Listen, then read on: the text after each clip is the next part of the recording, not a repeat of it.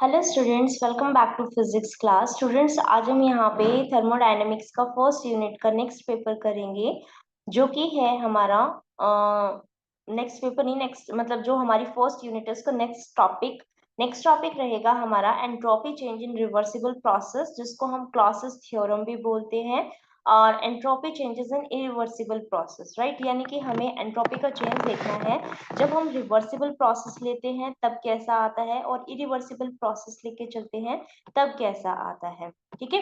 और जब हम रिवर्सिबल प्रोसेस लेते हैं, एंट्रोपी का चेंज देखते हैं रिवर्सिबल प्रोसेस के अंदर, उसको हम क्लॉसियस थ्योरम भी बोलते हैं। क्या बोलते हैं? क्लॉसियस थ्योरम, ठीक है। सेकेंड लॉ ऑफ थर्मोडायनेमिक्स में क्लॉसियस ने अपना एक लॉ दिया था, लेकिन अब हम क्लॉसियस थ्योरम के बारे में बात कर रहे हैं। तो पेपर में आपका रिवर्सिबल प्रोसेस में एंट्रोपी चेंज भी पूछा जा सकता है, या फिर क्लॉसियस थ्योरम के बारे में भी पूछ सकता है, ठीक है।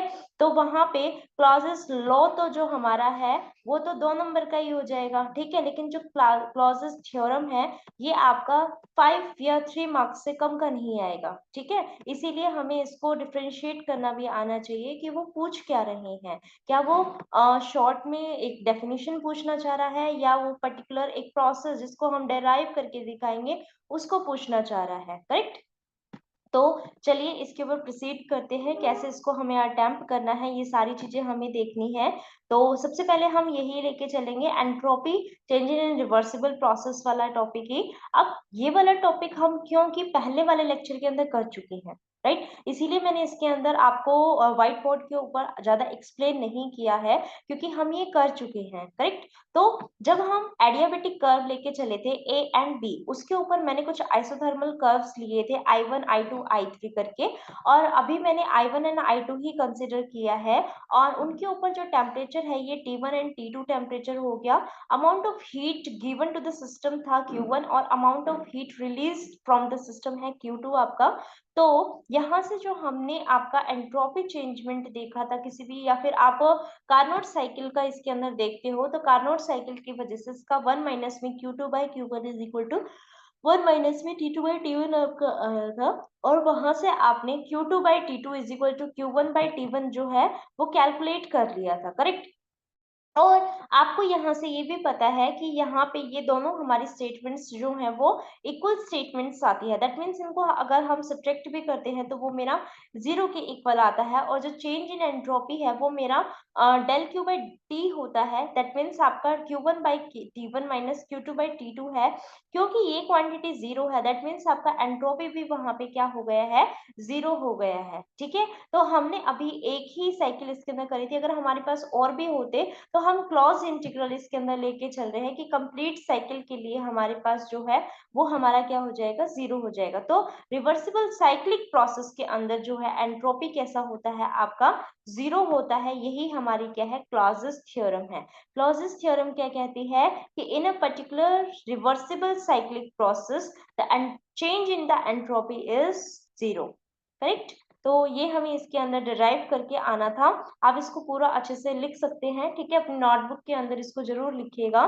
नेक्स्ट हमारे पास इसके अंदर आता है आपका, जब हम इरिवर्सिबल प्रोसेस लेके चलते हैं। अब इरिवर्सिबल प्रोसेस के बारे में बात करें तो हम एक बार ना कार्नोट थ्योरम के बारे में थोड़ा सा रिमाइंड कर लेते हैं, करेक्ट। तो कार्नोट थ्योरम के अंदर हमने ये कहा था कि जब हम रिवर्सिबल हीट इंजन ले रहे थे और एक इरिवर्सिबल हीट इंजन ले हुए थे, तो जो इरिवर्सिबल हीट इंजन है उसकी जो एफिशिएंसी है वो कम होती है रिवर्सिबल हीट इंजन से। यानी अगर हम यहाँ पे एक को रिवर्सिबल और एक को इरिवर्सिबल लेके चले स्टेटमेंट को, तो जो इरिवर्सिबल है उसकी एफिशिएंसी ऑटोमेटिकली आपको लेस लेनी पड़ेगी, ठीक है।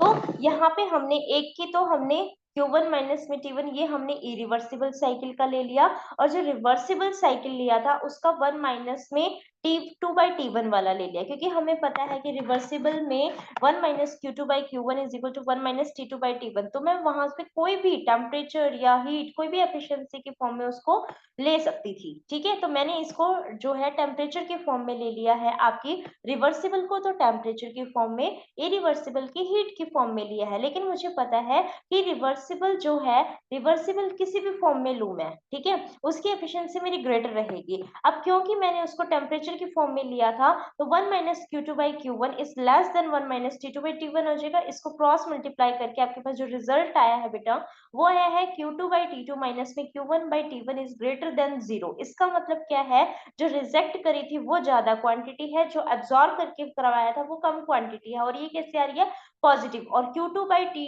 Q बाई T क्या है, एंट्रोपी होती है और एक ये पॉजिटिव क्वांटिटी आ रही है, दैट मीन्स एंट्रोपी इस केस के अंदर क्या जा रहा है, पॉजिटिव। इसका मतलब जब भी हम इरिवर्सिबल साइकिल का यूज करेंगे वहां पे एंट्रोपी हमेशा इंक्रीज करेगी, लेकिन जब हम रिवर्सिबल साइकिल का केस लेके चलते हैं तो एंट्रोपी कांस्टेंट आती है, चेंज इन एंट्रोपी जीरो आती है। ठीक है, change in entropy zero, entropy constant आती है in case of reversible cycle, and in case of the irreversible cycle the entropy must going on increasing, correct।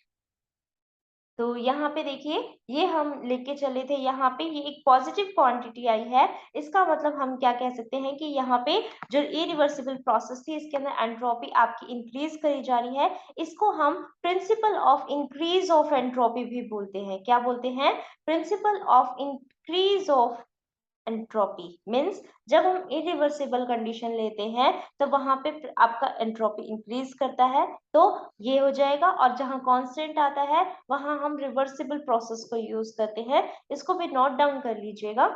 और यहाँ पे आपके दोनों टॉपिक कवर अप हो चुके हैं। एक हमारा बस एक दो टॉपिक इसके अंदर रह गए हैं आई थिंक आपके, वो हमारे नेक्स्ट लेक्चर के अंदर कवर अप हो जाएंगे। ठीक है, आप यहाँ तक अपनी फर्स्ट यूनिट को कवर कर लीजिएगा। Thank you for watching this video and keep sharing with your friends. Thank you again.